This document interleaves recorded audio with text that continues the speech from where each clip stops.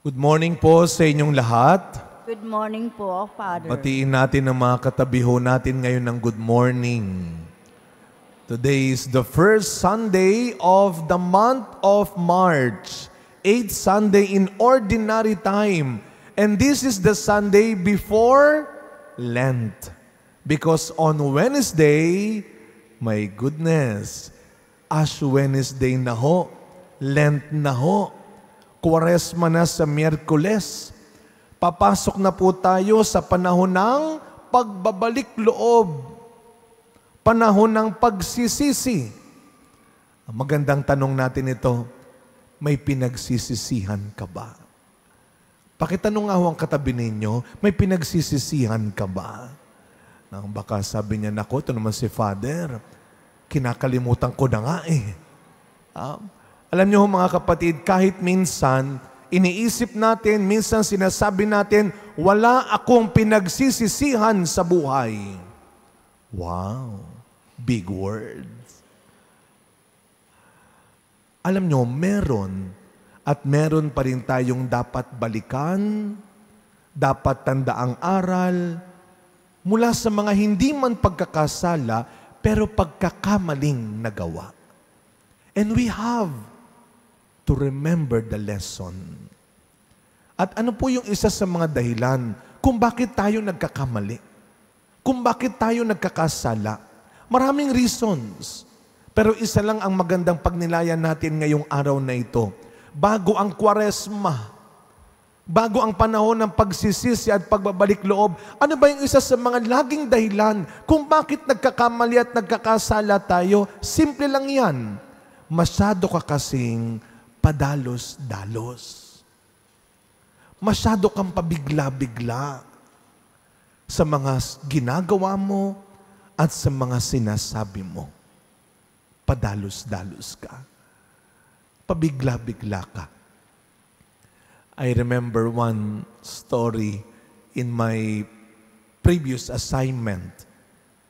Dati ho, sa akin dating parokya, meron ho kami dong isang cook na sa akin dating parokya, na siya ho'y talagang tawag sa kanya ay aligaga talaga, no?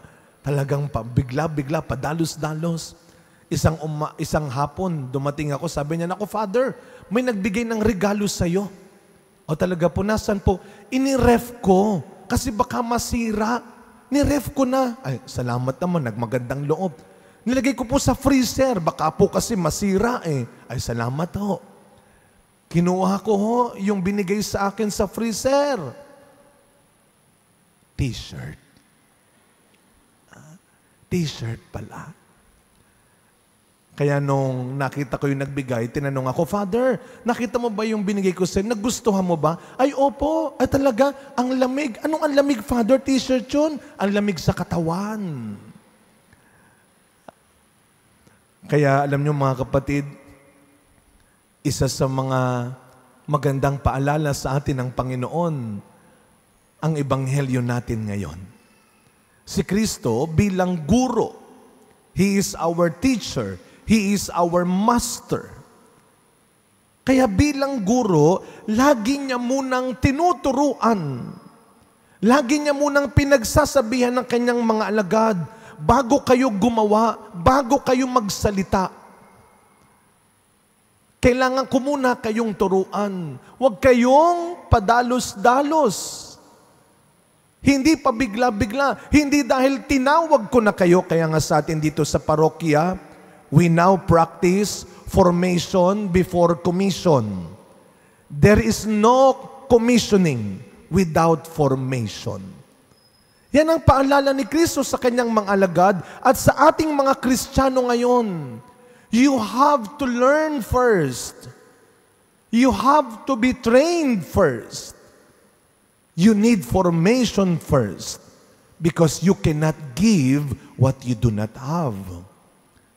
Dahil katulad ng sinasabi ng talinghaga ni Kristo ngayon, hindi nila at hindi natin ngayon maaakay, matutulungan, matuturuan ng iba kung tayo mismo hindi marunong, walang alam, hindi kaya. at taglay ng Espiritu Santong binigay ng Diyos sa mga apostol noon at sa bawat binyagang Kristiyano ngayon, ang biyaya ng katalinuhan, ang biyaya ng karunungan. Pero mga kapatid, sa pamamagitan po ng mga turo, halimbawa ng buhay ni Kristo, hindi magiging ganap, hindi magiging dakila ang karunungan kung walang kapakumbabaan. Humility is wisdom. You know the folly of follies? Kaya nga kung may kasabihan tayong sa mata makikita ang katotohanan, sa salita naman makikilala ang karunungan. Ang ganda ng aklat ni Sirach sa ating unang pagbasa.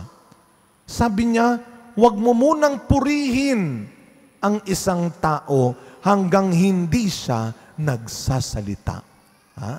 Huwag mo munang purihin ang isang tao hanggang hindi siya nagsasalita. Pero tandaan mo, hindi lahat ng karunungan, kabutihan ay nasasabi, ay nadadaan sa salita. There are wisdom, there are goodness that are not spoken. Kasi sabi nga rin ni Kristo, mas makikilala rin tayo sa ating ginagawa.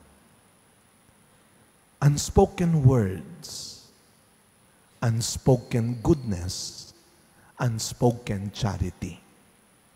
Huwag mo muna purihin ang tao hanggat hindi mo nakikita ang kanyang kabutihan na hindi lang sa salita kundi sa gawa. May mga tao sadyang magaling mambola. Sadyang magaling pumuri. Huwag kang magpapaloko. Huwag kang magpapadala. Pakinggan mo, hindi lang ang sinasabi ng salita, kundi ang sinasabi ng kanyang ginagawa. Kaya, pinapaalala sa atin ni Pablo sa ikalawang pagbasa, kung paano napagtagumpayan ni Kristo ang kamatayan, ang kasalanan, hindi lamang sa kanyang mga tinurong salita, hindi lamang sa kanyang mga pinagsasabi, marami siyang ginawa sa pamamagitan ng kanyang katahimikan. Nanigaputok man, sabi ng isang tagpo sa buhay ni Kristo, sa kabila ng mga ginawa sa Kanya, sa kabila ng mga sinabi sa Kanya, ni gaputok man, wala siyang sinabi. Tunay nga namang minsan, katahimikan ang mas mahirap kalaban. So as we continue this celebration, before we enter the season of Lent, let us reflect, let us pause, and let us pray. Pero yan, ginagawa, hindi lang pang magkwakwaresma, kundi araw-araw. Kaya huwag kang padalos-dalos, huwag kang pabigla-bigla sa anumang sinasabi at ginagawa ng ibang tao sa iyo. Alamin mo muna, pagdasalan mo muna, bago ka gumawa, bago ka magsalita. Amen.